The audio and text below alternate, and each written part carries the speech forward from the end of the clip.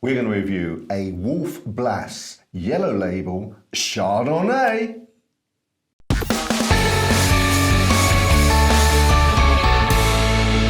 So, Chardonnay, a lot of people like Chardonnay, necessarily. I think a lot of people think they don't like Chardonnay until they actually try it. I've said on my wine tasting, my private wine tastings, many times, not every time, but a lot of times I will put a Chardonnay on to see how people react to it. Sometimes I'll put it out there and let people try it and then just ask how they felt about it. And sometimes I'll say, who doesn't like Chardonnay? And then say, you must try this, and they try it, and then suddenly they're like, oh, well, that's not too bad, that's quite nice. So that's what we see a lot. So I think people are coming past that now because, you know, the Chardonnays evolved in the 90s where they were big and okay. You know, we've got a lot of the youngsters don't remember it anymore. They don't remember those. I'm guessing when you do your private sessions, you're using unoaked Chardonnay? Yes. A lot of the times I do just to show it's gone full circle, but there's still nothing wrong with an oaked Chardonnay. As long as it's done properly, you know, an oaked Chardonnay is a classy bit of wine.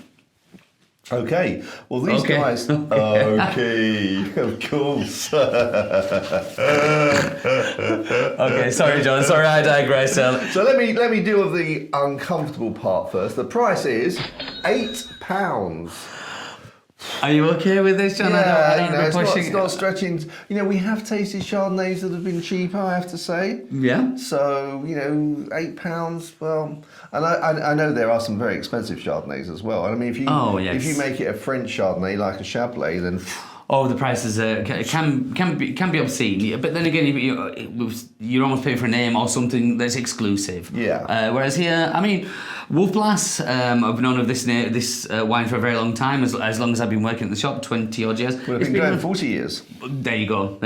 So they are, you know, one of the more recognisable brands. Absolutely, and obviously for the purpose of this video, sort of going around the world via YouTube, 40 countries this is available in, so hopefully you're one of those 40 and you'll be able to give it a try.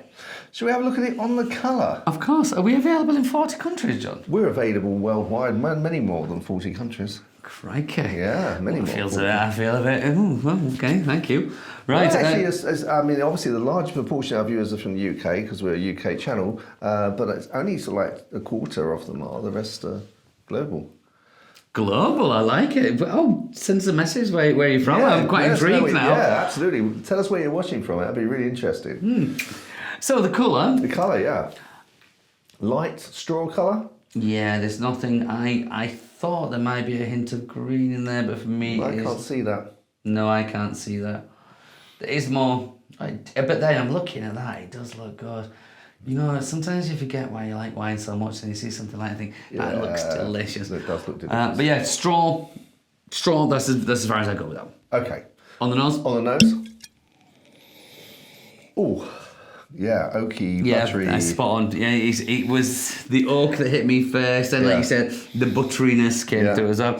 But isn't that a fairly obvious smell, which is no bad thing? No. At all. You know, this is what we, again, expect from a Chardonnay, but that was hit you first of all. First and foremost, oakiness. Yeah. And but to be honest, for me, I'm not getting a lot of fruit. I'm getting the oak and the buttery. Yeah, it's sort of topping it, isn't it? So you feel like you want to just move it away to get to the fruit, but it's but it's hanging on in there, but which is fine. There's nothing wrong with that. Okay, I'm gonna have a go on the palate. And so am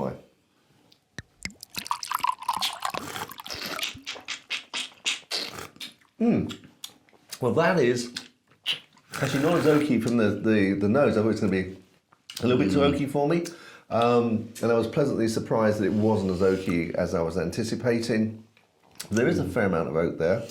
I personally prefer unoaked Chardonnay, so that there's a personal preference coming in there, but some people obviously really enjoy a touch of oak on them. Yeah, Chardonnay. some people do, and I've said this before, if it's done properly, a good oak Chardonnay can be a cracking bit of wine, you know, delicious, weighty, lengthy, it's got all that going on there, almost the weightiness of a red wine. This one, I think, like you say, I was expecting more oak in there, and I can't decide whether I'm disappointed or not.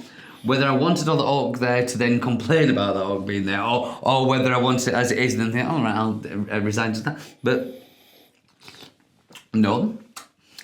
But what I must come back to, as a Chardonnay, there's not that massive length there. and I'm not really getting much more fruit than I got on the nose, which is very little. Yeah, that oak sort of dries through, and I mean it's a typical Australian Chardonnay, isn't it? Yeah, just what it says on the tin is that one. First time I've said Australian normally without trying to. Thank goodness. Yeah. Thank goodness. Yeah. No, was that the accent you were going for? Trying to do a New Zealand accent.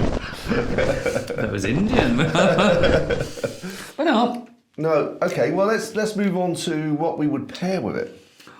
Okay, again, in my mind, I'm going to go back to a blue cheese because although it's not overly powerful, it doesn't have the acidity in there which makes it clean and fresh, and this is not a wine I would describe as clean and fresh, and as such I think it's got a weightiness to it which deserves a bit of blue cheese, which also has the weightiness but without a full-on salty edge. So for this one I'm going to say Fore d'Ambert, which is a fairly famous French blue cheese, very rich in flavour, not too harsh, not metallic. So I think they've got together well.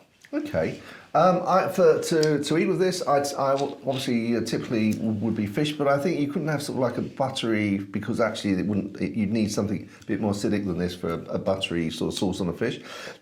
So I'm actually thinking about sort of cod parcels with sort of like a slight bit of curry crust on them, or a blackened fish with chilies on. Hey John, I'm with you. I think that would just balance the curry, the spice a little bit, and there's enough going there to balance that off. Well done, Johnny. Yeah, I would definitely. I'll have that meal with you. Yeah, every day of the week. Okay, super. Okay, so now we're going to move on to the score. Now it is £8. I do know, and that's going to come into my. Yeah. And I'm surprised actually, because is Wolf Blass sort of tends to be more at the budget end, or am I getting that wrong? No, you are. No, that's completely correct. But for most people, £8, that is. Yeah, the top end of the cheap range. Yeah. I suppose you could get it cheaper. I don't know where. Well, I'm saying that, John. I know you will have scoured any shop and internet to get that for that price. But in general, I think they're not overly expensive. However, £8. I've tried better for £8, which is going to influence my score. Yes. Okay. Do you want to give your score? I'll give my score happily. So I'm going to go for. Oh, and that is generous. There we go. Okay. I'm going to go 76. Ooh, not bad, John, not bad. I went for 74. Okay. 74. So we're not too far off with that. No. Again, to begin with, it's just okay. And then to give it that price, which is, we've tried things at a much better price, which are much better than that. So I don't think that's an unjust score. I think that's not that it's a bad score, nor is it a bad wine. And I think I was trying to compensate for the fact I knew I didn't like oaky Chardonnays. Yeah. So I think I was just trying to compensate that and not be too unfair to it, just because it's not my personal taste. Okay, great. Well, we're going to have to try some more Chardonnays, because there are some great samples out there. And give that some more goes. But until then, guys, if you've got any ideas of what you'd like to see us taste, if you've got any ideas at all, and as John said earlier, let us know where you are, where you're viewing from. We'd really be interested to see that. Until then, guys, chin chin. Chin chin.